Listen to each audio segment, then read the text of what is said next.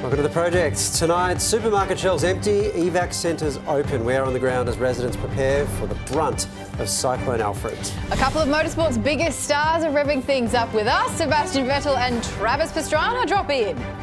Plus, check yourself before we chat with hip-hop icon, the legendary Ice Cube. That was cool, Waleed. And massive news, guys, for the woolly mammoth. This is crazy how a teeny tiny critter is getting us closer to bringing them back. And speaking of things coming back, Peter Hellier. Are you calling him a teeny tiny critter? Or a woolly mammoth. I don't know. You can read into it how you want. Can I pick it up? It's check yourself. Yeah. That was not check yourself. This is weird for me. This is the first time. I've been back a couple of times, but the first time we've done the show together. And we said goodbye.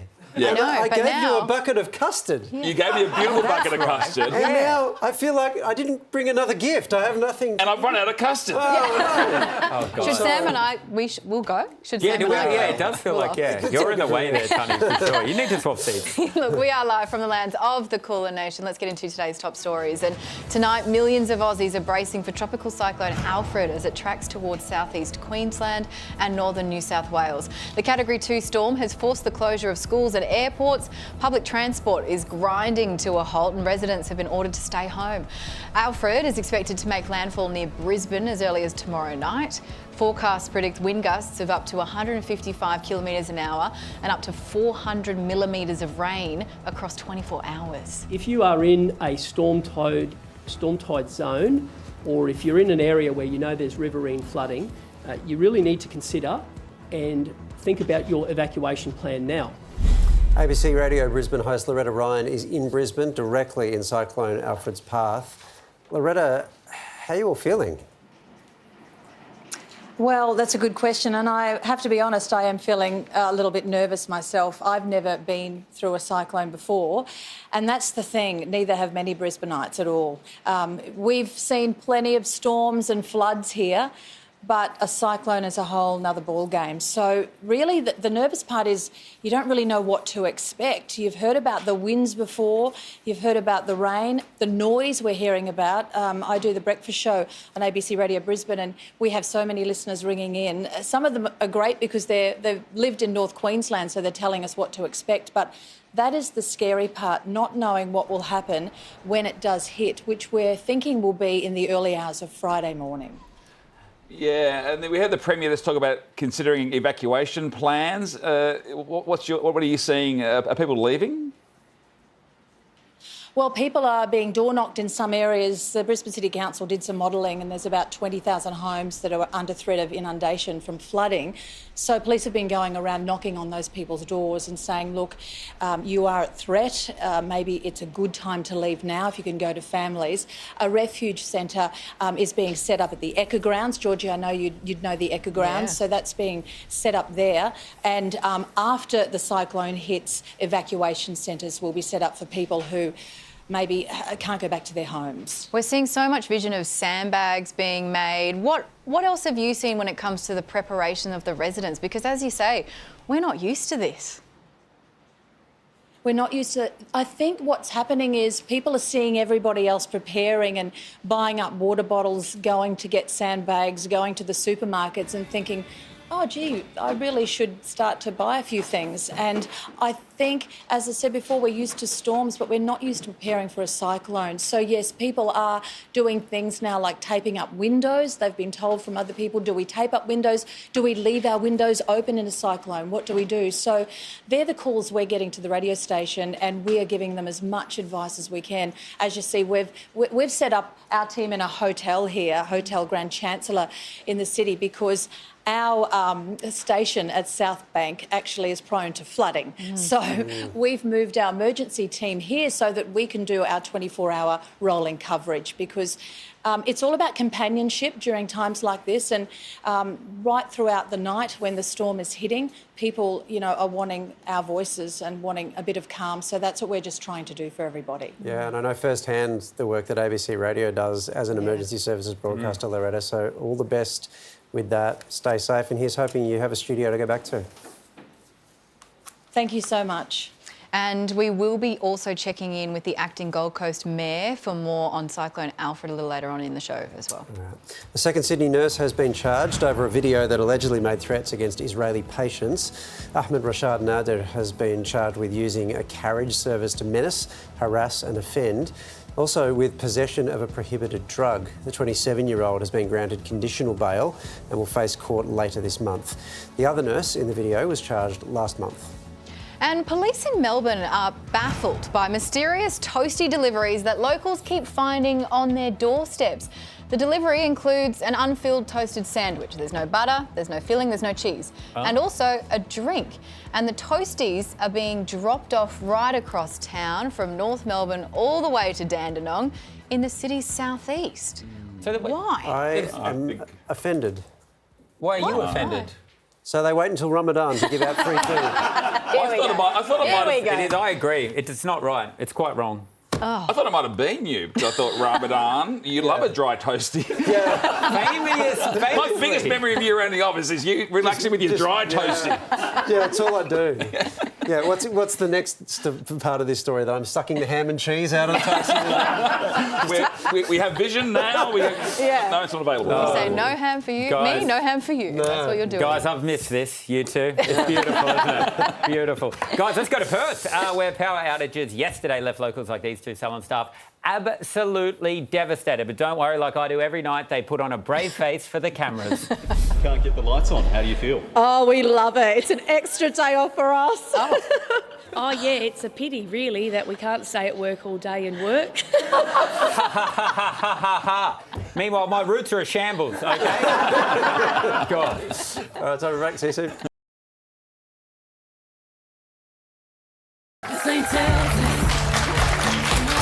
Welcome back. You're watching The Project. It's time to see what's making news around the world.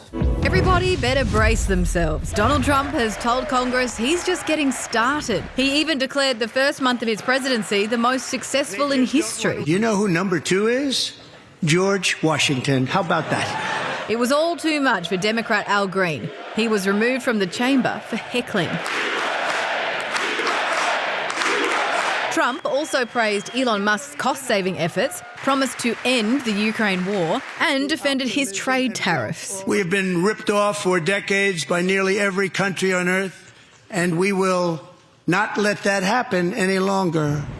Canada's already fighting back against Donald Trump's 25% tariffs by imposing its own taxes on US goods. PM Justin Trudeau, who steps down this weekend, also accused the US president of using tariffs to ruin Canada's economy, so the country is ripe for annexation. Even though you're a very smart guy, this is a very dumb thing to do. And imagine if this was Canberra. Wild scenes in Serbia's parliament have left at least 3 politicians injured, 1 seriously. The chaos erupted during a heated debate on increasing funding for universities. Opposition MPs threw smoke grenades and set off tear gas in the chamber. It follows 4 months of student-led anti-corruption protests. Whoa. What was remarkable about that vision for me was everyone was so calm. Yeah. Just as everything was happening, the tear gas, it looked like flares. Just how you do a division in Serbia. Apparently, Tony Jones was a guest speaker, and then they just got a bit angry about it all. You say you brought back a good January 6th insurrection vibes for you. Because you're Yeah. Memories, guys, memories. Now, it's been a big week for Aussie music. Here's the latest.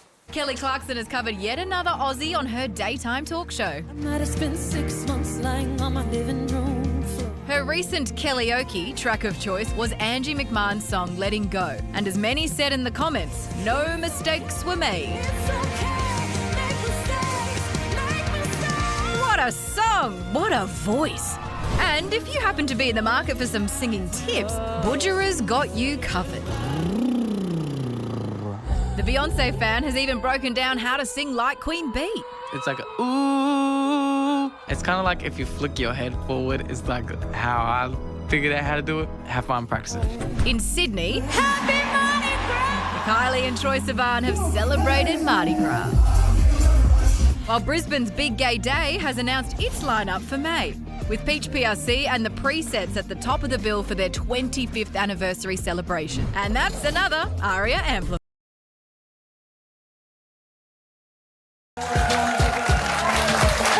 Mark. Welcome to Project. Guys, now we have all seen politicians shoveling dirt for a photo op. It's a staple out there. But today, South Australian Premier Peter Malinauskas, he went a step further by shoveling dirt back to exactly where it was, but synced to perfection. Oh. So here we go. Oh, okay. The worst boy band I've ever seen in my life. Disgusting. In perfect time. But it was, yeah. In perfect time. Choreograph was on. The world's top motorsport stars are gearing up for Australia's first ever Race of Champions World Final this weekend. It will see top drivers from different disciplines ranging from F1 to NASCAR to rally car driving to motocross go head-to-head in the same cars on the same track. The aim?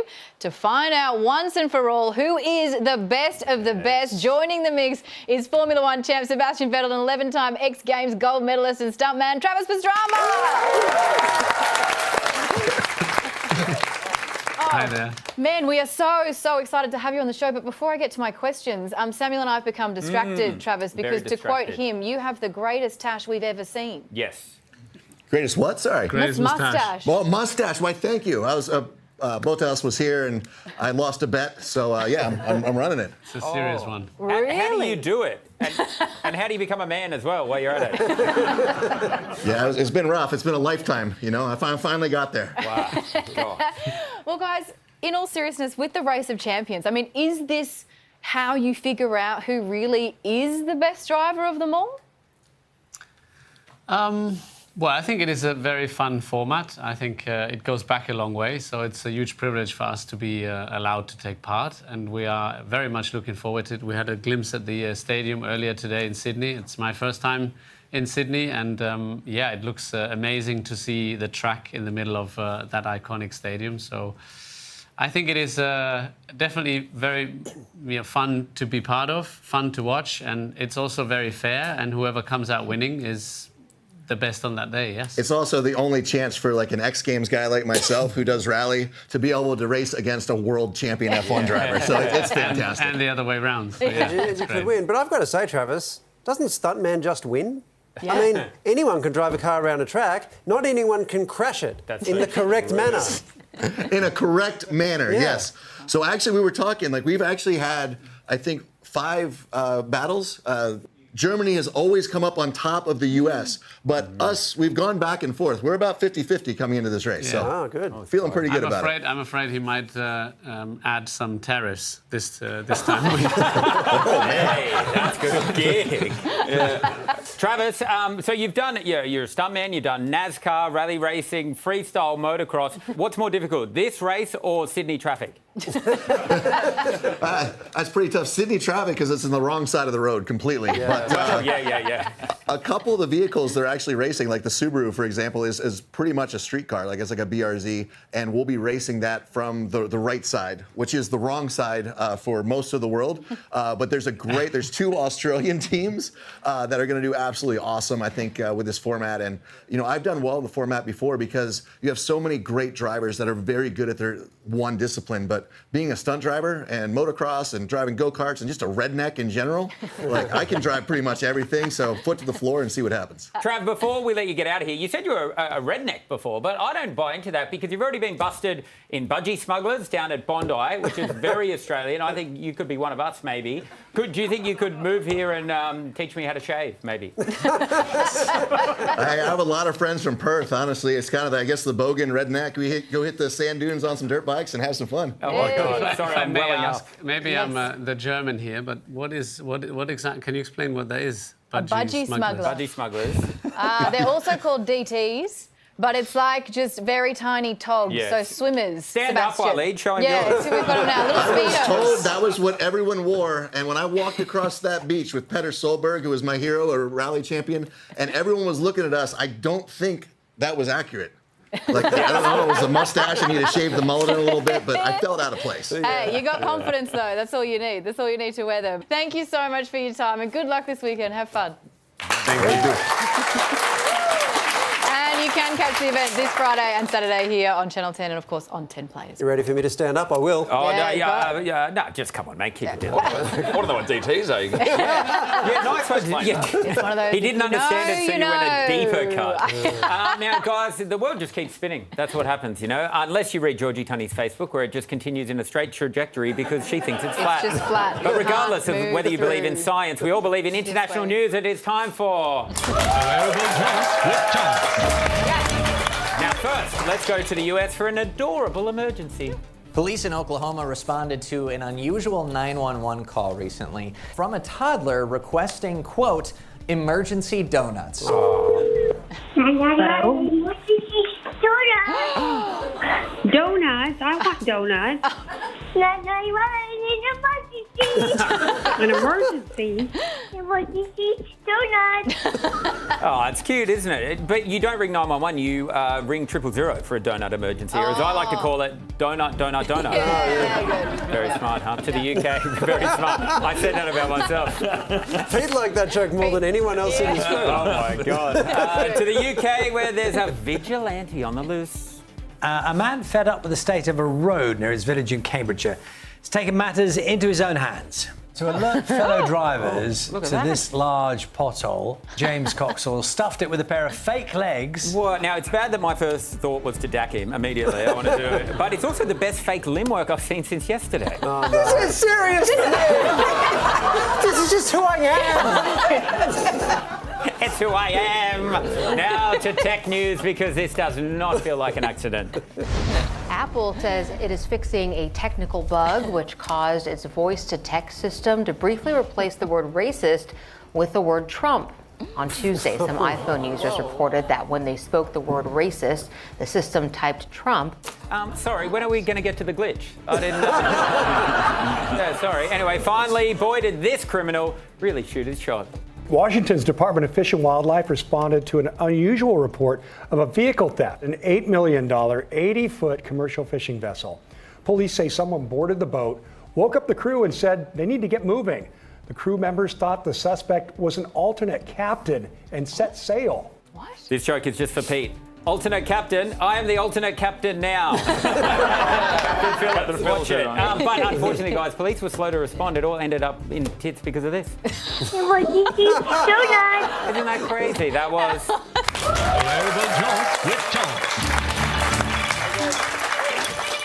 Still ahead, wild wind and rain have already begun along the coastline. We're on the ground as residents brace for the impact of Cyclone Alfred. You're watching The Project.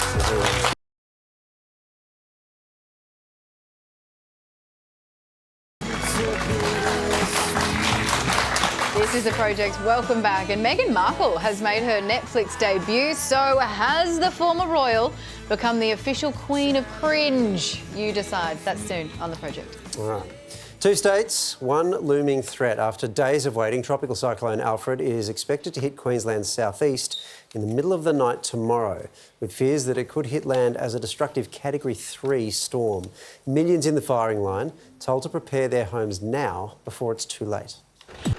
Queuing in the heat for up to 3 hours.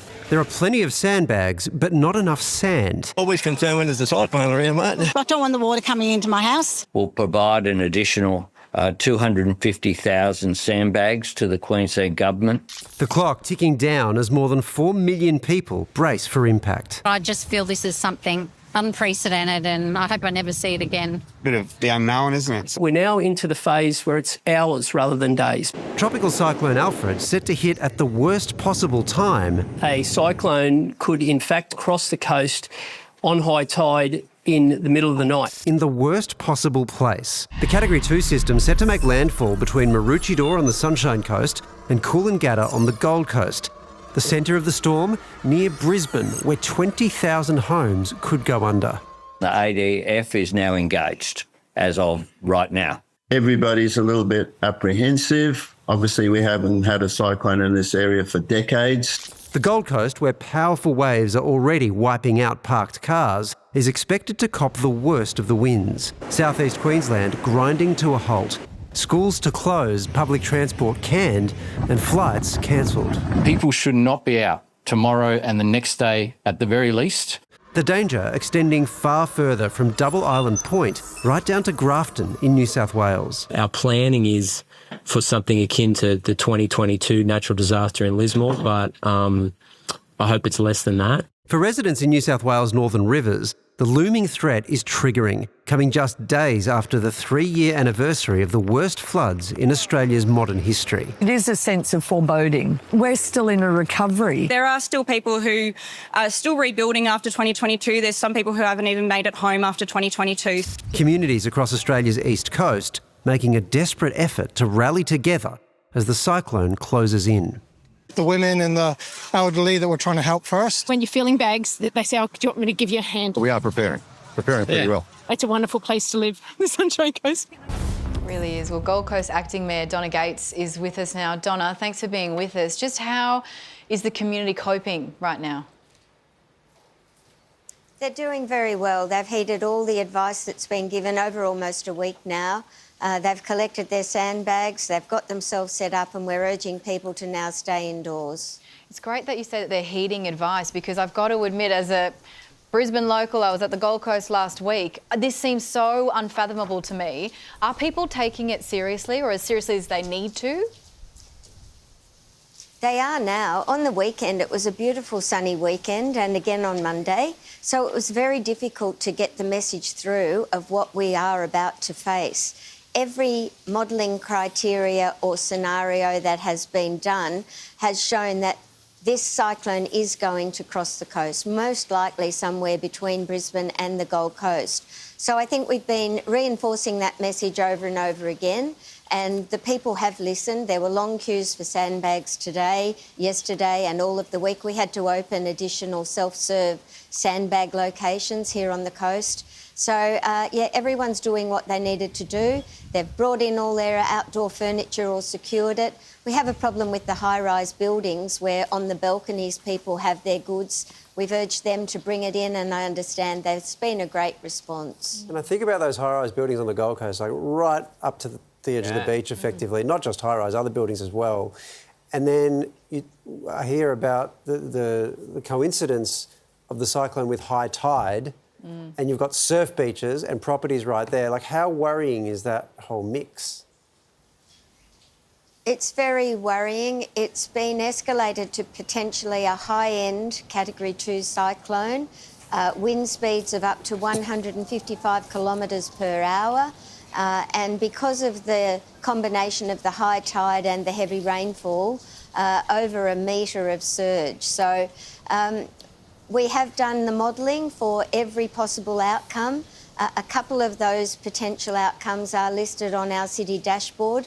We'd like people to Google Dashboard Gold Coast. It'll take them directly to the link, and they can model their own home. They can put their address in and see what potential impacts for a different set of criteria might be going to occur depending on the level of the cyclone that we get, depending on where it crosses. Donna, we're simply not used to seeing cyclones like this in Australia. You've had to act very quickly. Do you think you're as prepared as you could be?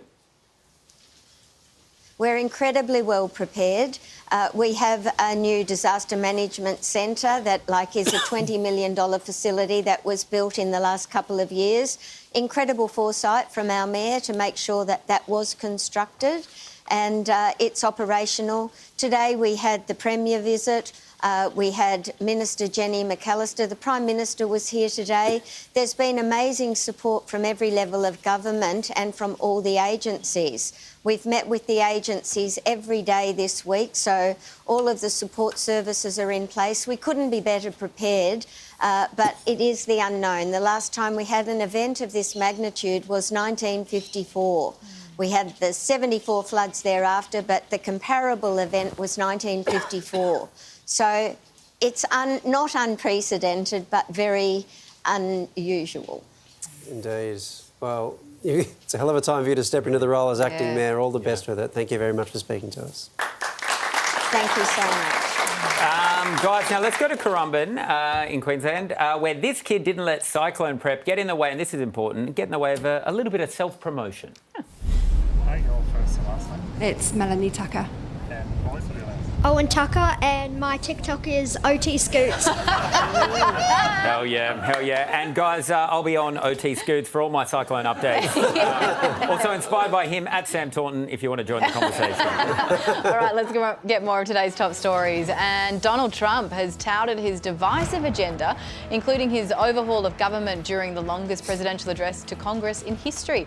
He told the joint session Americans had given him, quote, a mandate for bold and profound change. He also did a shout out to the newly created Department of Government Efficiency, DOGE, and its boss, Elon Musk. He's working very hard. He didn't need this. He didn't need this. Thank you very much. We appreciate it. Everybody here, even this side, appreciates it, I believe. They just don't want to admit that. Whoa. This news is both obvious and surprising at the same time. Steve Smith has decided to retire from one-day international cricket. Oh, thank God. Part of Australia's World Cup wins in 2015 and 2023. He finishes his one-day career with 5,800 runs at an average of 43.28. He'll still be available for Test cricket ahead of this year's West Indies tour and home Ashes. Was that what you were worried about, Samuel? You were worried about the Test? He paused slightly in the news. Has retired. And I was like, and then one day it's like, oh, who cares? But mate, we have an auto cue. You could read the news right there. Waleed, you know I don't pay attention to anything you're doing on the show. Well, Meghan Markle's new Netflix show, With Love Meghan, is causing quite the stir.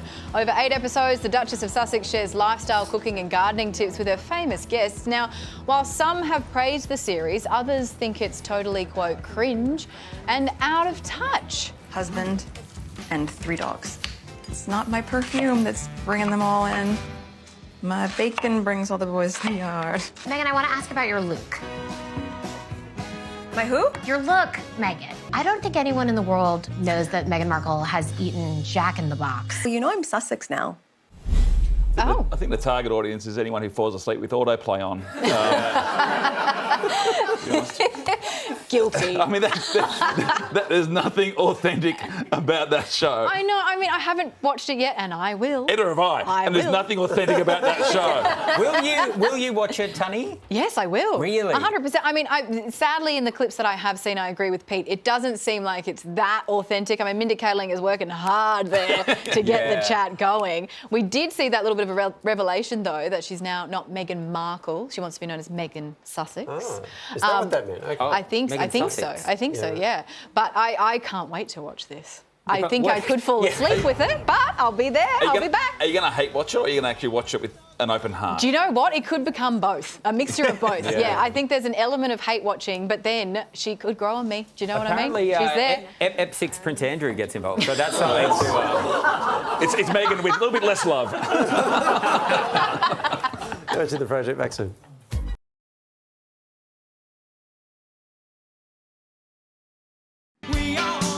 Welcome back. Now to some massive news, quite literally massive, in the world of science. For years, scientists have dreamed of resurrecting the woolly mammoth, and now the group leading the charge has achieved a huge milestone, and it involves the cutest little critters that you've ever seen.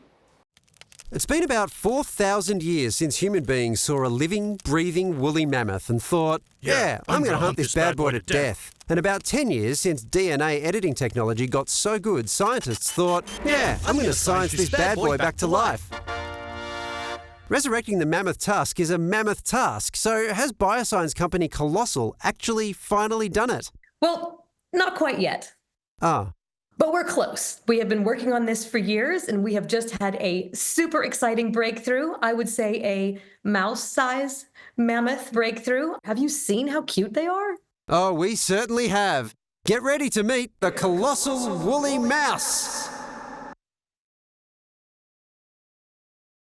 These are real creatures, mice whose genes have been edited so that their fur has the exact traits of the long-extinct woolly mammoth. It's not possible to bring something back that is 100% identical in every way to a species that used to be here. What we're thinking about is a functional mammoth, an animal that has a lot of the traits of a mammoth that will allow the elephant to survive in a cold habitat. The team examined a set of 121 mammoth and elephant genomes, noting the differences between them, and identified 10 mammoth genes that relate to hair length, thickness, texture, and colour. Then, using 3 genome editing technologies, they edited mice genes so they'd grow coats practically identical to that of the woolly mammoth. Hence, the colossal woolly mouse. As we develop these new tools, they will be immediately applicable to saving species that are not yet extinct. Colossal isn't stopping at the mammoth. They've also got the legendary dodo and our own Tassie tiger in their sights. So could we soon be looking at a world in which extinction is just a temporary state? And more importantly, how do we get our hands on one of those adorable woolly mice? It's a good question. And joining us now is the man who put his money where his mouse is. It's Ben Lamb. Thank you so much. Thank you very much. I appreciate that. Co-founder and CEO of Colossal. It's Ben. Congratulations on the massive breakthrough. You've said the woolly mammoth could be de-extinct by 2028. Are you still on track for that? Yeah, that's our goal, right? It takes 22 months to gestate an elephant. That means that we have to get to an actual embryo with an Asian elephant embryo with our mammoth edits in it by the end of 2026. And the woolly mouse kind of proves that we're on the right track at least. So, Ben, can you explain it to me like I'm an idiot? Because in this situation, I am. So you're taking the cells and the DNA that you have from a woolly mammoth, and then the plan is to take all of those ones that are useful and put that into a different embryo and have that be placed into an elephant, and then eventually the elephant will become a woolly mammoth? Yeah, so, I mean, you basically nailed it, right? And so I'm not a scientist, you're not a scientist, but I mean, you're pretty much spot on. We basically take a bunch of ancient DNA that's massively fragmented, ranging from about 3,000 years to 1.2 million years. We assemble it using software and computers, compare it to the closest living relative, which in this case is the Asian elephant. It's about 99.6% the same genetically. Oh. And then we actually try to identify what genes made a mammoth a mammoth. So we're not trying to clone the mammoth. We're not trying to take Jurassic Park and like cram weird stuff together. We're really just trying to say what genes made a mammoth a mammoth? What gave it that subcutaneous fat layer, those curved tusks, the domed cranium, and that great, shaggy, beautiful golden fur that we all think of when we think of mammoths, right? And if everything goes well, in 22 months, we have our first mammoth calves. Ben, that's fantastic. It was a little bit too layman for me. Can you explain it to me like I'm a genius, please? Yeah. So one layer deeper. Oh, sorry, we're running out of time. We'll move on to the next question. It's fine. Yeah, we don't want to all be left behind. So, all right, you've done it with a mouse. Mice are a long way from elephants. When do you do the elephant? So we've been working on the elephant now for nearly 3 years, right? And so this is pretty awesome. We actually only started the mouse project in September. And these mice weren't born yesterday. They were actually born in October. So we identified the same traits in mice that feel like the exact same traits in mammoths, did all the comparative genomics, and literally in 1 month, we built a system, used our DNA, our ancient DNA de-extinction pipeline, implemented it, and we had 100% efficiency in our genome engineering, which is nearly unheard of in this industry. And then we had 38 beautiful woolly mice born that were all healthy on day one. Yeah. Ben, you mentioned Jurassic Park earlier. Of course, that's where a lot of our minds go. Is there any way this could go balls up? And you don't want to go and balls up because the woolly mammoth's balls, they're significant. Yeah. So believe it or not, we've heard the Jurassic Park question a time or two, and we have to continually remind people that it was a movie. Many times people ask us, have you seen Jurassic Park? And I'm like, I've also seen Dune and Blade Runner and a bunch of other things that weren't real also. I think the movie did a great job entertaining us, but I think it also inspired the next generation of kids that may have grown up to want to be geneticists. I hear that all the time, that the movie actually got people excited about genetics and they ended up being geneticists. Ben, thanks so much for your time. Good luck with it all. Thank you. All right, off the break. See you soon.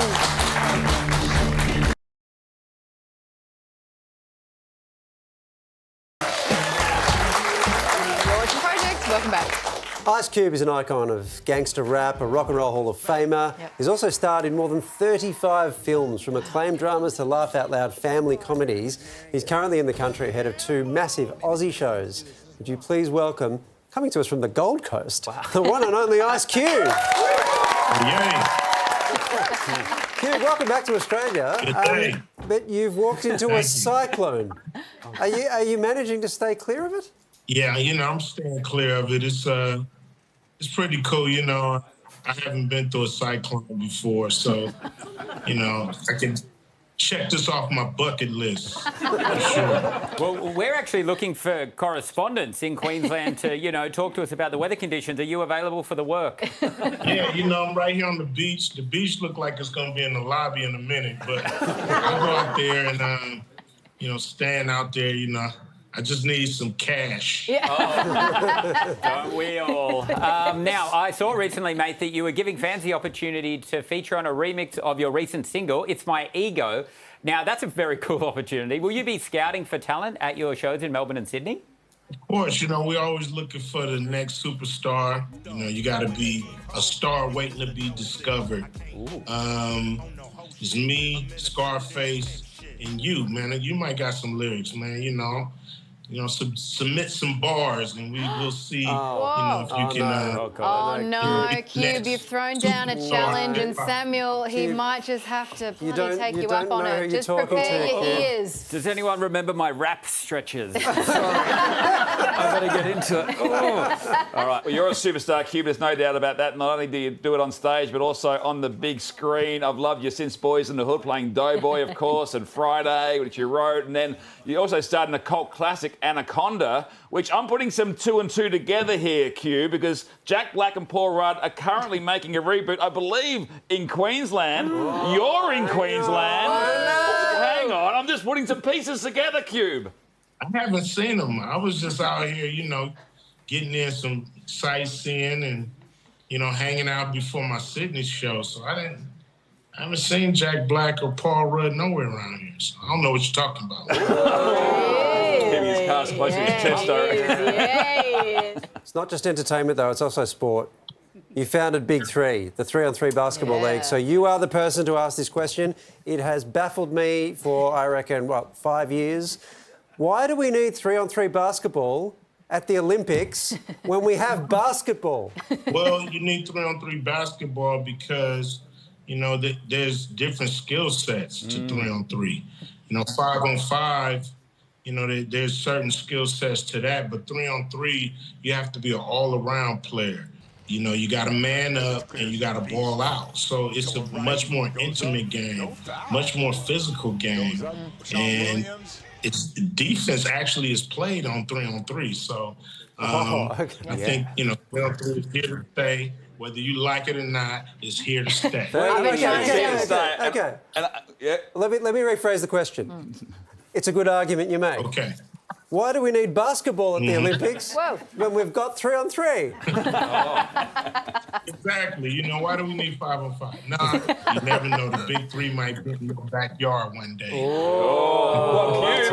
Cube, you're obviously packing a lot into this trip to Queensland because the Olympics are in Brisbane in 2032. So you're in Anaconda, we've confirmed that, and you're trying to get 3-on-3 in Brisbane 2032. Confirmed. Yeah. Man, confirm it, man. What do you got it? You got a spy around here, man. I'm trying to what's going on around here, man. Plus got some people watching. That was you with the paparazzi out there yesterday. He's got that long leg. Well, we go way back, Cube. You may remember 9 years ago, you came into the studio with Kevin Hart, and we shot what I thought was a little trailer for Ride Along 3. We have a little bit here. Hey, Nicole Kidman. Hey, that don't look like me. Sorry, guys. Nicole said no, but I said yes. That ain't no damn Nicole Kidman. Now, Q, I never received the production schedule. When do we start shooting? We already shot the movie, man. I think you're gonna get you might get a invitation to the premiere, maybe. Kevin is a big star now. He has to okay all the guest lists. So blame it on him if you don't get your invitation. Ice Cube will be in Melbourne and Sydney later this week. Tickets are on sale now. In the meantime, would you please thank the wonderful Ice Cube? Salute, man. See y'all next time. Oh, fantastic. Now, post-Oscars, we're all film experts, but our next guest is a comedic mastermind who's noticed a real trend in movies. In every single bedroom scene that's not a sex scene, the woman is always lotioning her hands. Constant lotioning. It's so distracting. You won't be able to unsee that now. It's so distracting. I can't help but think of the poor actress who just has to do multiple takes and just has these over-lotioned, soggy hands. There's only so much lotion a hand can take. Like, no wonder women can't get anywhere in Hollywood. They can't open the doors. Makes so much sense. Would you please welcome Zoe Coombs? Glad you made it in. Yes. You got through the doors. You're all right. Yes, I got here. I was slipping around for ages. What an act to follow. Ice Cube. Oh, I thought you meant your own clip. Yeah. Oh, yeah. I mean her as well, the younger version of myself. Yeah, but Ice Cube has opened for me a few times. So yeah, it makes sense. It makes sense. It's weird. Yeah. I will never be able to unsee that now. Every single film that I watch, when they're going like this. You can't constantly. What are you doing? What if something happens? You need to escape. There's no time. Got to have soft hands. Your show, within it, you do a little bit of crowd work. Mm-hmm. But I've heard, and by I say I've heard, Samuel told me recently though, a little story about how it didn't go quite to plan, because crowd work to me sounds like it would be my worst nightmare in terms of having to do it and pull it off. Yeah, look, it's very gentle crowd work. It's sort of, I mean, the show is a bit crowd work for people who don't like crowd work, but I had some, I was talking sort of politics, which I don't do that much, and I had some Trump supporters in my audience, which was wild. It was like, for those of you, I know you're all my biggest fans. For those of you who know anything about my comedy, it's just quite bizarre to be like, I don't think there's a lot of people who are like, I love Donald Trump and lesbian comedian Zoe Coombs. Like, it was so strange. And I asked this woman, I was like, oh, okay, why? And she just went, because I'm not brainwashed. Oh. Yeah, which is exactly what someone who's brainwashed would say. Yeah, I reckon that's Excellent. So are you leading into it? Are you doing MAGA fundraisers now? Or? Yeah, this is going to make me rich. Yeah, I think so. The guy, I spoke to them, and the guy actually, one of them said, like, he was like, no, I said, you've come here by mistake, obviously. And he said, no, well, I've seen your stuff before. I think you're very balanced. Oh, and I performed as like a parody of a bad sexist male stand-up for a long time, so I think you might just think that's my act. The show is called The Splash Zone. Where is the Splash Zone, Zoe? Is it on stage or is it the crowd? Where is it? It's all around. All around. It's all around us, Pete. Yeah. We're all getting wet. Is that what you're saying? If the show goes well, everyone gets a little bit wet. The lotion. That's it. Yeah, no, it's a very fun show. Like I say, it's sort of like, it's very cheeky. It's sort of like tongue-in-cheek stand-up, like kind of crowd work, but nice. Like, I'm not going to go like, you're an idiot or your shirt looks bad, unless it does and you are. Like, that's... Just quickly, I've heard that crowd work goes well online. Are the commenters nice to you when they see your stuff? Oh, yeah, it's really civil on there. I actually put that Trump clip up, which was quite bizarre because, I mean, it was a relatively civil exchange in the room. Everyone got quite tense, but it was sort of fine. Yeah. But then I put it up online, and the most amazing thing was that people were like, getting on there and going, this is a great example. The left, look at the left. They can't handle someone who's got different views to them. They're so judgmental. Us Trump voters, we don't judge anyone. We don't care. I'm like, yeah, the far right, famously tolerant, which is why I hate them and they're not invited to my shows. Tickets to Zoe's Comedy Fest show are on sale now. The link is on our website, depending on your politics. Please thank Zoe Coombs.